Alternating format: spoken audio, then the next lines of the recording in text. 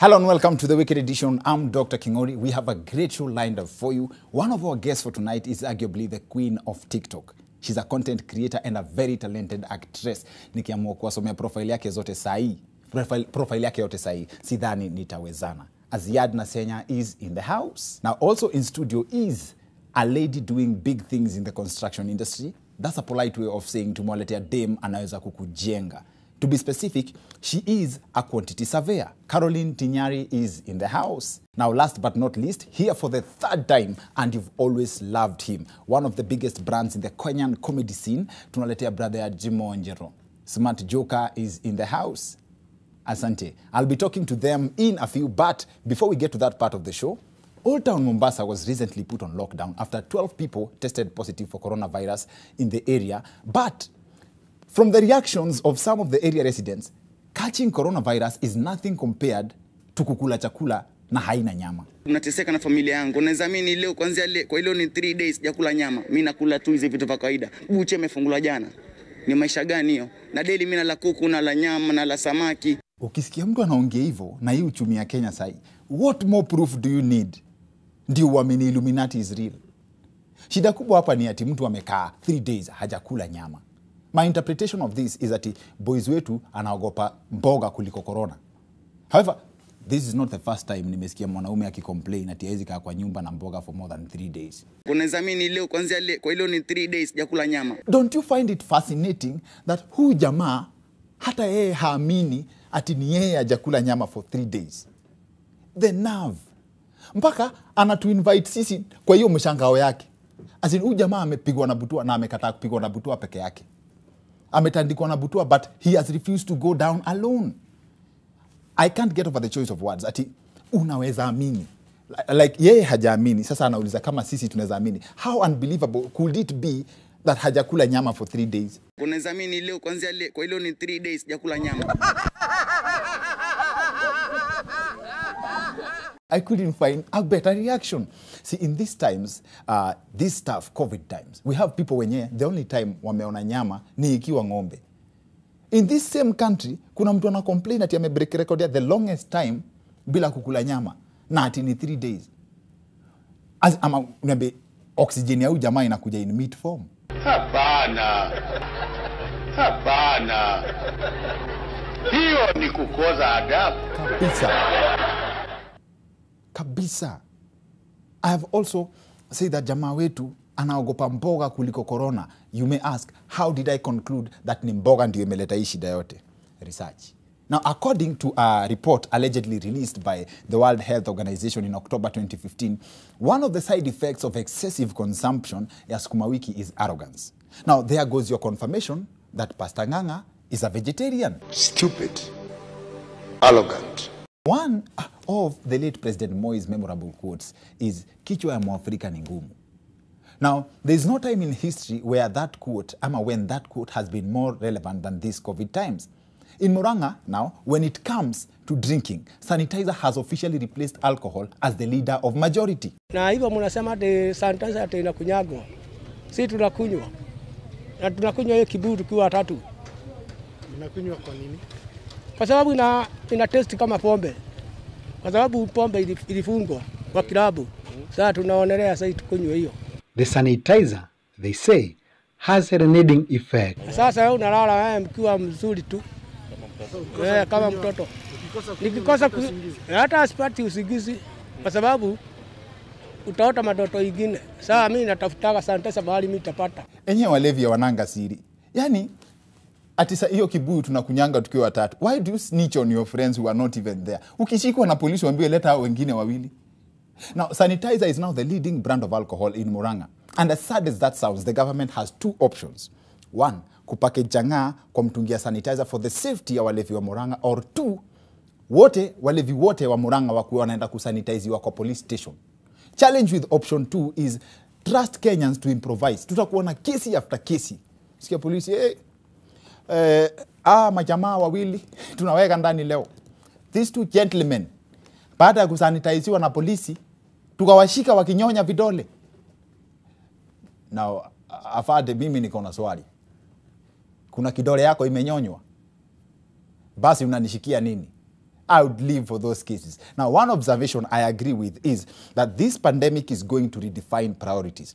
Listen to the ultimatum the party people have given the government. Those drinking sanitisers claim it is bitter compared to the normal alcohol, but insist they will continue drinking it until when the bars will be opened. So these people are not drinking because they are enjoying. Unasikia reporter yetu Martin Mora amesema they admit that it is bitter compared to alcohol, but they insist they will continue drinking mpaka bars ifunguliwe.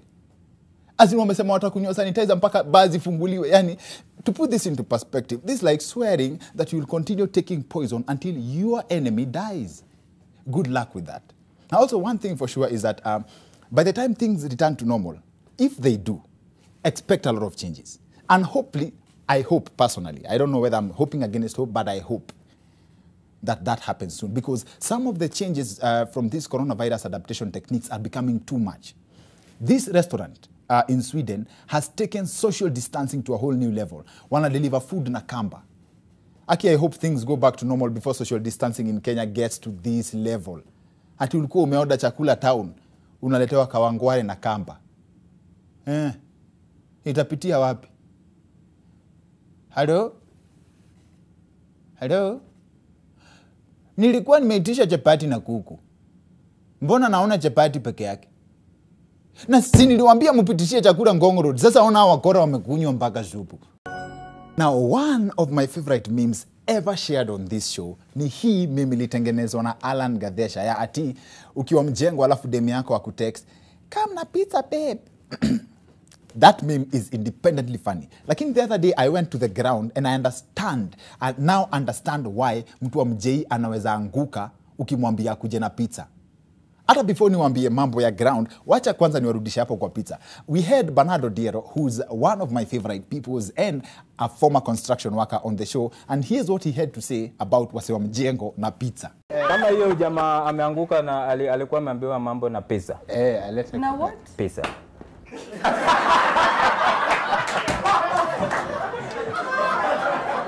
Unaweza anguka, unajua alianguka juu enyewe unaweza anguka. Unajua kwa mjengo kuna watu wanajua pizza ni gari. I could believe what Odiero is saying. Hata me for the longest time sikuwa najua pizza ni nini. Now, nikiwaambia nilienda kwa ground, nilikuwa kwa site ya boys fulani wa nguvu sana anaitwa Jeff Onyari ama Prof pale Utawala. Alafu ilikuwa siku ya koroga. Now, the first thing I was curious to find out is how much someone makes kwa job ya MJ now, because wakati mimi nilikuwa na do hiyo job huko Embu tulikuwa tunalipwa so 2 per day, and that was like over 10 years ago. Now, turns out in Nairobi the pay varies with the location. Unapata place kama Utawala wasa wanalipwa 700 bob kufanya job ya koroga, lakini ukienda industrial area wanalipwa 400 for the same job. Now, here's a snippet of what you have to do to earn 700 shillings. Mind you, this is just a few seconds in a 10-hour day ya msewa mjengo to earn 700 shillings. Now, pizza moja ni 900 bob. So to finance a whole pizza project, itabidi ufanye kazi overtime. Sasa imagine kunyonya vumbi for the whole day and you afford pizza medium. Niambie kama utafaint. Now, my greatest motivation though, what I drew from my mjengo research is that we have men and women who've risen from your level ya mtu wa mkono to become millionaires. Legit. Na ilinipea moral sana. I'll tell you more about how those who have made it, did it, and how it happened, because I have gathered as much information as possible. I know, kwanza say, we are dealing with a very high unemployment rate as a country. But when it comes to mjengo, the construction sector is arguably the most ready employer. Shida ni moja tu. Watu wengine wakisikia tu mjengo. Sisi hatuna nguvu. Sisi hatuna nguvu yoyote. Sisi hatuna uwezo. Sisi hatuna uwezo. Sisi hatuna nguvu. That is the standard reaction. Now, this past week, I also went around asking some of my lady friends, kama wanaweza date msewa mjei, and if not, why? Now guess what waliniambia. Nitawashow, but I first believe it's important that we understand how inasemekana kuna shortage of labor in the construction sector, na bado we still talk of unemployment. Mi kwanza nilishangaa sana kupata ati mjengo in other countries ni kazi inaheshimika sana. Iko na pride fulani. Huu ni demo wa mjengo huko US anakuambia vile job mteremkia. Alexis Montserrat recently graduated from the Home Building Academy. She now helps finish basements. I wanted to do construction because I like the team aspect and I like seeing immediate results. She's awesome. We love Alexis. So far, so good, says her boss. Alexis didn't need a lot of training. So far so good. Alexis didn't need a lot of training. Huo ni demo wa mjei. Sasa rudi home. Rudi home hapa kwa ground. Masleku yametuchokesha bwana. Tunainua mawe na mnaia alafu mtu asikia nitumie 200, nitumie 100. Na hii mawe vile ni mzito hivi bwana. Saa yote tu. Hello, nitumie 100 hapo. Niko stage. Matiang'i unajua aliharibu fare. Mambo Matiang'i anaenda kwa goli hata si yake hata kidogo. Now imagine the difference between those two construction workers. Mimi ukiniuliza ni equipment na training. Hapa Kenya vitu kama helmet tuliachia wase wa nduthi. Now the reason I'm so excited to do this show is mainly because of sharing information. Kumbe the structures to ensure wase wa Kenya wa mjengo wana match standards za wase wa mjengo wa majuu ziko. Structures ziko. Kutafuta job ya mjengo sasa ni digital. We have the iBuild app. Yenye inaweza kukusaidia kuget job ya mjei, na hata before uniambie mambo ya sijui lazima ukuwe na smartphone, wacha mimi nikwambie unaweza tumia hiyo app hata ukiwa na kabambe wako na USSD platform. Now people have missed out on opportunities to work on international construction project hapa Kenya juu ya kitu kama certification. Kumbe tuko na makampuni kama Eurofix, tuko na Toolkit, iSkills za kutrain wase, YMCA in fact hata wanaweza kuja wa train wase ukiwa kwa site ya mjei. Tuko na Kenya Engineering Technology Registration Board. Zote zina offer equipment na structures za training.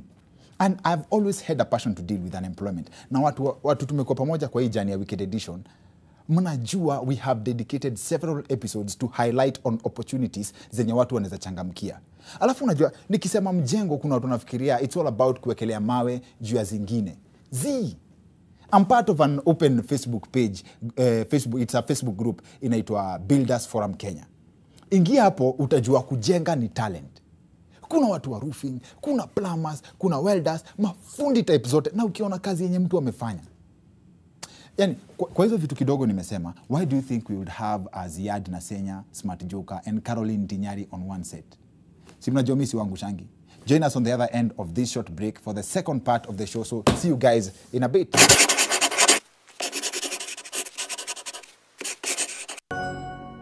Welcome back to the Wicked Edition. I'm Dr. Kingori. Kama kawaida niwaambia tuko na show nzito sana. Our guest for tonight nitaanza na my immediate right naitwa Caroline Tinyari. She is a quantity surveyor. Karibu sana kwa show Caroline. Thank you. Social distancing. Yeah.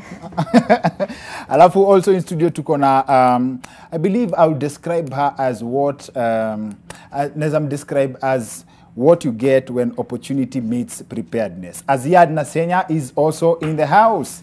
Hi. Haya sawa basi pale kwenye social distancing. Alafu tuko na pia one of my friends, personal friends, Smart Joker, brother Yatsi Monjero is also in the house. Karibu sana. Fantastic. Bas. Yes. Fantastic. So leo tunaongelea vitu mob in one umbrella. Na umbrella moja ni napenda kujua story ya mjei sana. Na wewe Smart Joker tuko na wewe juu na represent umefanya job ya mjei. Yes. Na tulikuwa napiga story na Smart Joker akaniambia what he hated the most kwa time ya kufanya mjei ni ati fundi alikuwa anaangusha nyundo kutoka 17th floor ndio ushuke tu upande ubebe. Hiyo ndio ilifanya quit legit ya kwanza. Sio kuquit, ilikuwa ina bore tu. Singe quit, ni quit alafu nitafute kazi nyingine wapi. Nilikuwa nafanya tu but walikuwa wanaudhi na hizo vitu. Narusha tu kamba huko, anajisahaulisha. Alafu anakuambia wewe mtu wangu wa mkono leta hiyo. Vitu zile zinaudhi. So kazi ya mtu wa mkono ni kutumiwa vibaya. Kutumwa uende ulete, siwe imefunguka mahali ndeni mfunge. Bebeni hizi mizigo wekeni huko. So ile siku umeamua uendi, hiyo ndio siku umekuwa fundi. Hiyo ndio siku nilisema sasa hii kazi yenye nimefanya more than 4 years, 5 years siitaki. Bas. Nataka kuwa fundi, pia mimi ninyanyase mtu wa mkono. Msikia hiyo agenda. Huyu ndio anachagua Caroline ina fall kwa docket yako kuchagua mtu wa mkono analipwa how much, fundi analipwa how much, pamoja na all the general mambo za construction na costings. Nini nimesahau? Basically costs ya construction na labor ni a very important aspect of it. Yes. Kwa sababu bila labor hakuna kitu tunaweza fanya. Tunaweza chora, tunaweza hesabu, but hatuwezi jenga. Yes. Na sasa ikifika ni labor, mna deciding aje? Like kuna kuangana utu ya kudecide in Nairobi mazee hatuwezi lipa msee so mbili ata survive aje, ama inategemea na budget ya mwenye anajenga kija? Yes, kuna aspect ya budget, but at the same time ukiwa na budget huwezi jifunika uso useme utalipa hii juu kuna hii budget. Yes. Kuna market forces. Yes. Na kila skill yenye mtu analeta kwa construction ina demand a certain amount of money. Yes. So as much as tunafanya budgets for every region, actually labor costs are different. Okay. Yes. Sawa. Azziad, mimi na wewe tuko team moja for this one.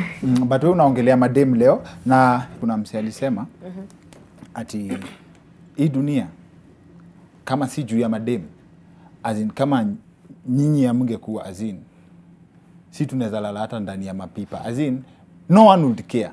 Yeah. Kweli smarty? Ni ukweli. Si ndio? Hata ukienda kufanya mjei ndio siku moja uafford dem. Kweli uongo? Watu hufanya hivyo. Ati mtu anaenda kufanya mjei ndio abai suti ya kuenda Rorasho kwa kina Azziad. Bas. Why are the standards so? Why can't we all be human beings? Like why can't we hata sisi tuwekewe standards same na zenye madem wamewekea maboys? As in, okay, zenye maboys wamewekea madem. Zero expectations in terms of ni aje, what do you do, nini. Mbona tuwezi kuwa tukutane from a human being's point, zero ground? I think tunaweza kutana at a human at that point. You know why?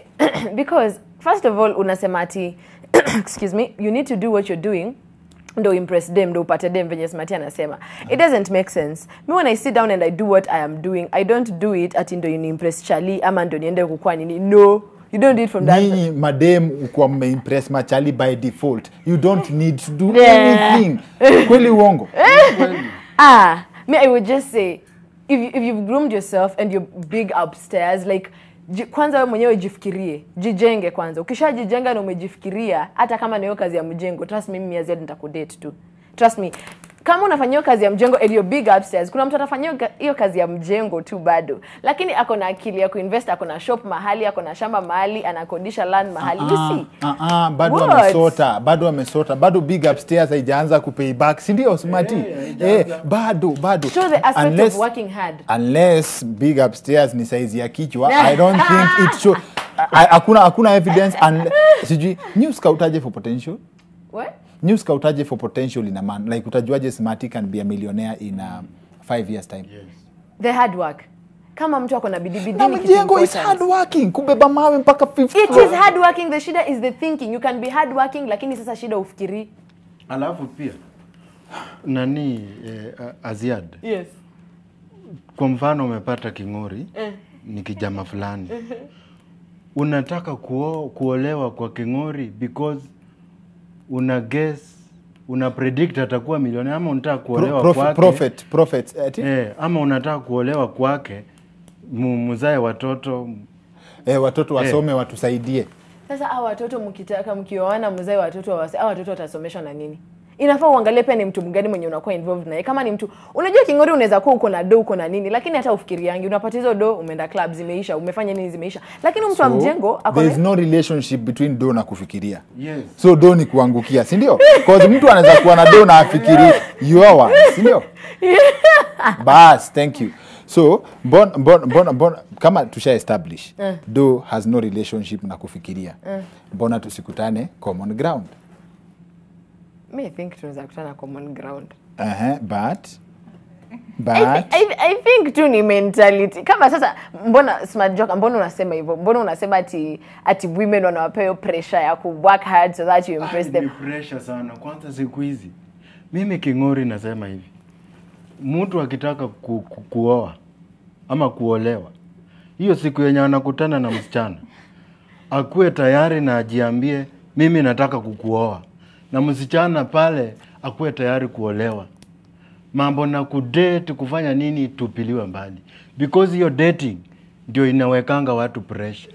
Kingori. Take me to where sijui. But hizo pizza sijui hiyo ni dawa. No, ona.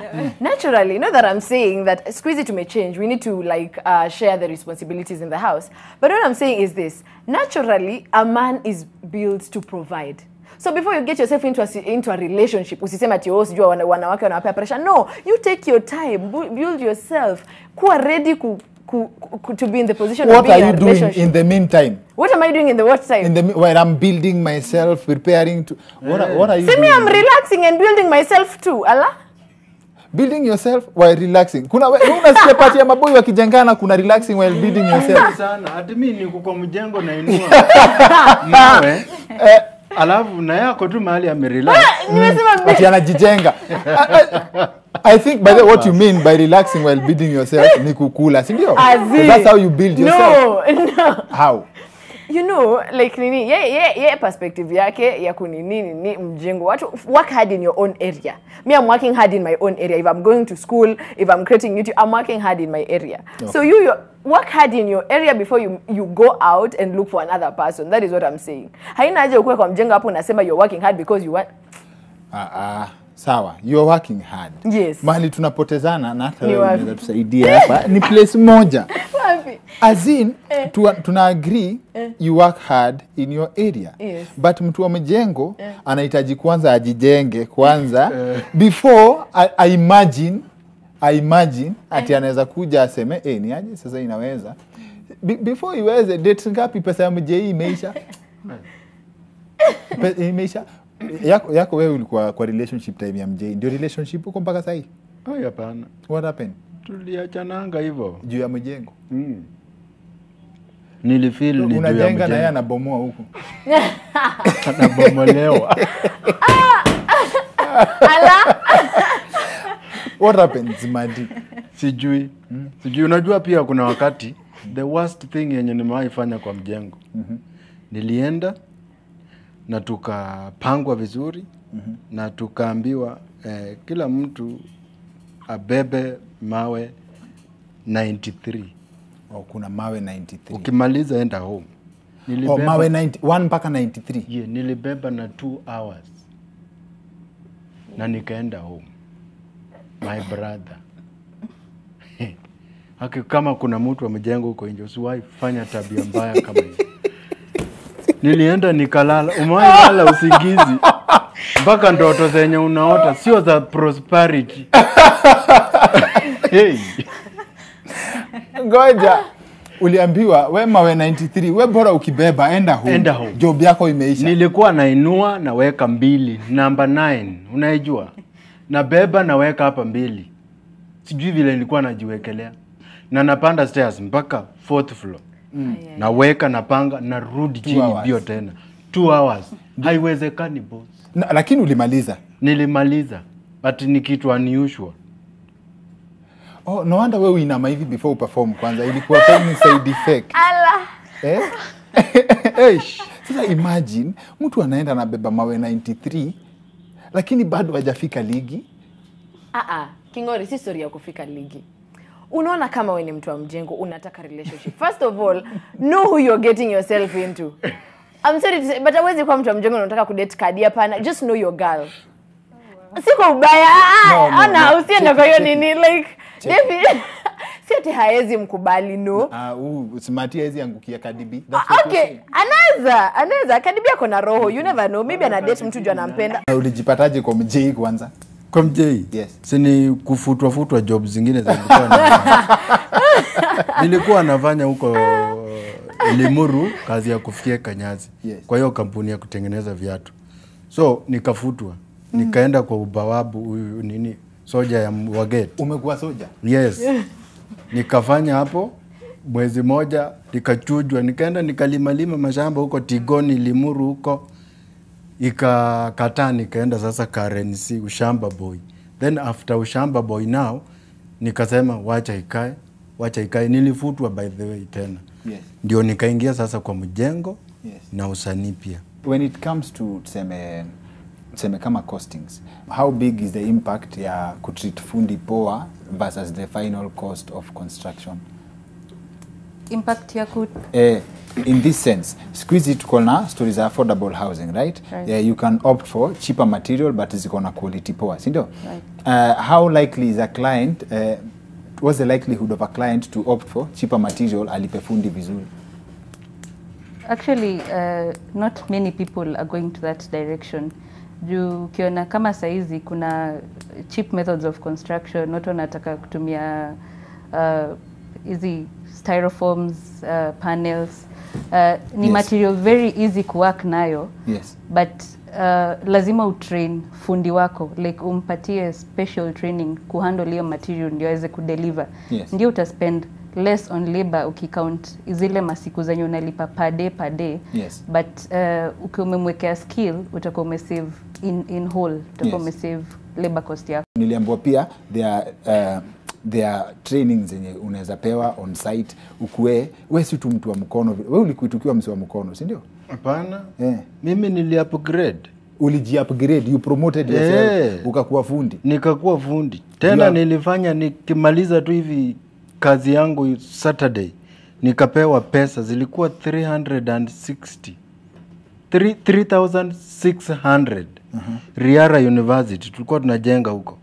Nikachukua hizo pesa nikajiambia hizi nanunua tools. Nilikuwa natembea line 7 high rise, line 7 kwa reli, nikinunua inaitwa shovel, hii timazi, plumb bob, nanunua gurumala. Nikafika kwa nyumba Monday niliamukia kazi ya ufundi. Sawa. Huko Kibera. Sawa, lakini sasa kazi ikitoka ati mafundi watokee, uko na document ya kuonesha wewe ni fundi? Hakuna document, but uko na skill ndani yako. Hapo ndio penye mimi ukosolea watu.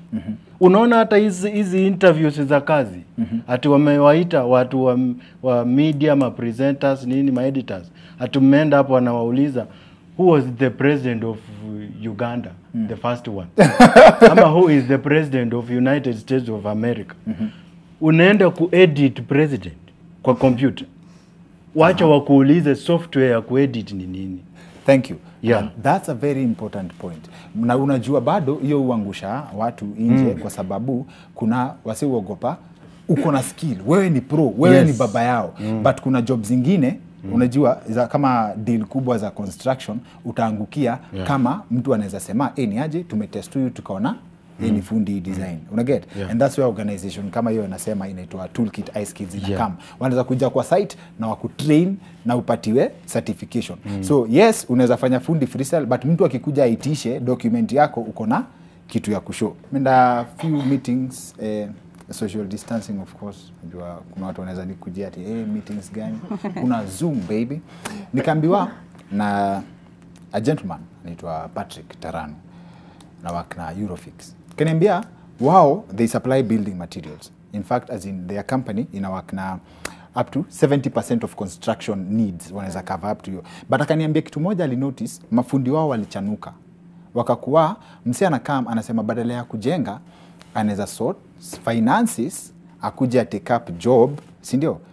Okay, badala ya tu kukuwa fundi unaget like anaweza kuja a subcontract job, a supply kitu ama anze kudistribute vitu to, construction material to different parts and make profit. That's where upstairs comes. Hapo ndio una you had not thought of that. So upstairs mjengo ni hiyo stairs yenye anapeleka mawe huko juu. That's what some people think, but wasini wa sharp sana hapa nje.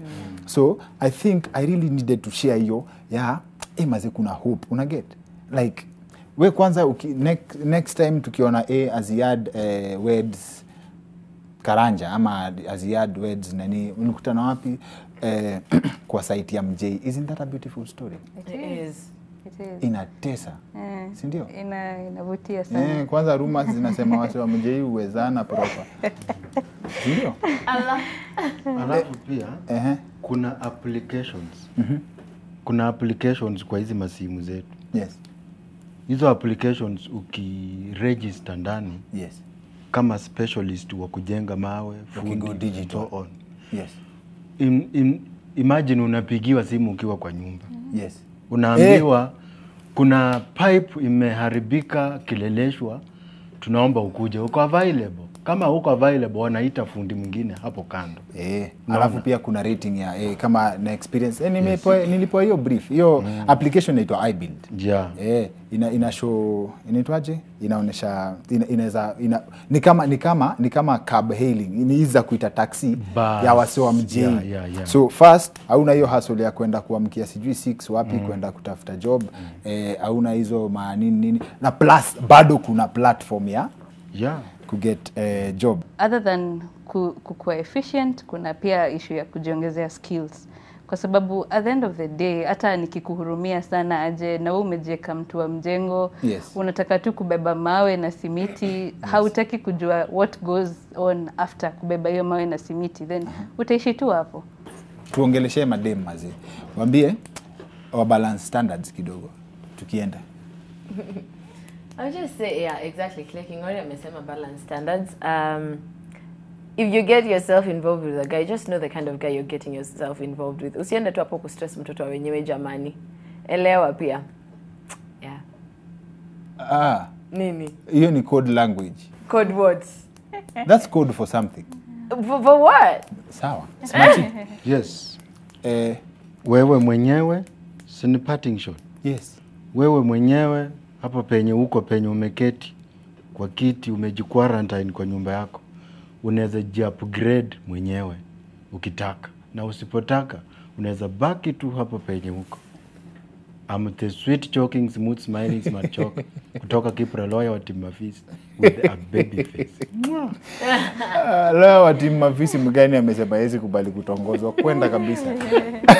And unajua nikifanya hisho tutakam kwa mechanics, tutakam kwa wasi wa kujenga masufuria, wasi wa jua kali, vile wana cope na vile wana improve. In fact ndawa demonstratea. Wewe kwanza inafaa nikupeleke kwa site ya MJ vizuri sana ubebe mawe. We've highlighted a situation, we have highlighted opportunities kwa hiyo sector ya mjengo na sector ya construction, and the good thing ni tumefanya research hii kitu from a solution perspective, and hao watu wote nimetaja, the companies that I've been talking to, Eurofix, iBuild, Toolkit, iSkills, YMCA na Kenya Engineering Technology Registration Board, KETREB, wote wana offer hizo solutions za kusaidia kwa mjei na wamesaidia tunaweza fanya construction sector ya Kenya ikae kama ya majuu. And I feel very, very honored to actually say that the people who actually helped me meet all these partners, watu waliniintroduce kwa awase wote wenye wako kwa hii sector ya mjei wenye I believe most people don't know about, ni Habitat for Humanity International. And tell you a little something about Habitat for Humanity. This is an organization that has a long history across the globe of promoting affordable and adequate housing.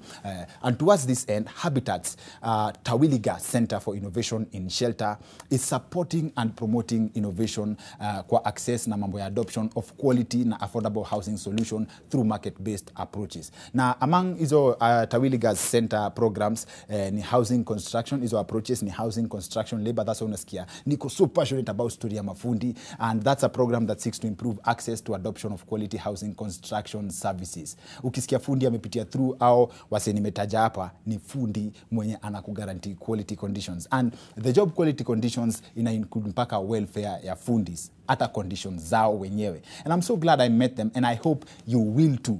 I'm at least the friends they have introduced me to in the field of construction. This goes out to mse yote yako kwa field ya mjei, maze usiogope kupata training ama certification, na you know all the ways you can reach me. All my platforms are open. Ukitaka introduction kwa hawa watu wote nimetaja, please feel free to reach out. Now, this is, vile nimesema, it's a special dedication kwa wase wa mjei, and I believe I'm going to do a few more projects moving forward za focus on improve hiyo area, vile tunaweza saidiana improve hiyo sector ya mjei. That's all we had for you this night. See you next week, same time, same place. Tumerudi na full fresh episodes za Weekend Edition. Otherwise, every weekday morning from 7 to 11 a.m. tuko pale Morning Fix kwa Nation FM 96.3 with Kate Rida. Otherwise, see you next week, same time, same place. My name is Dr. Kingori.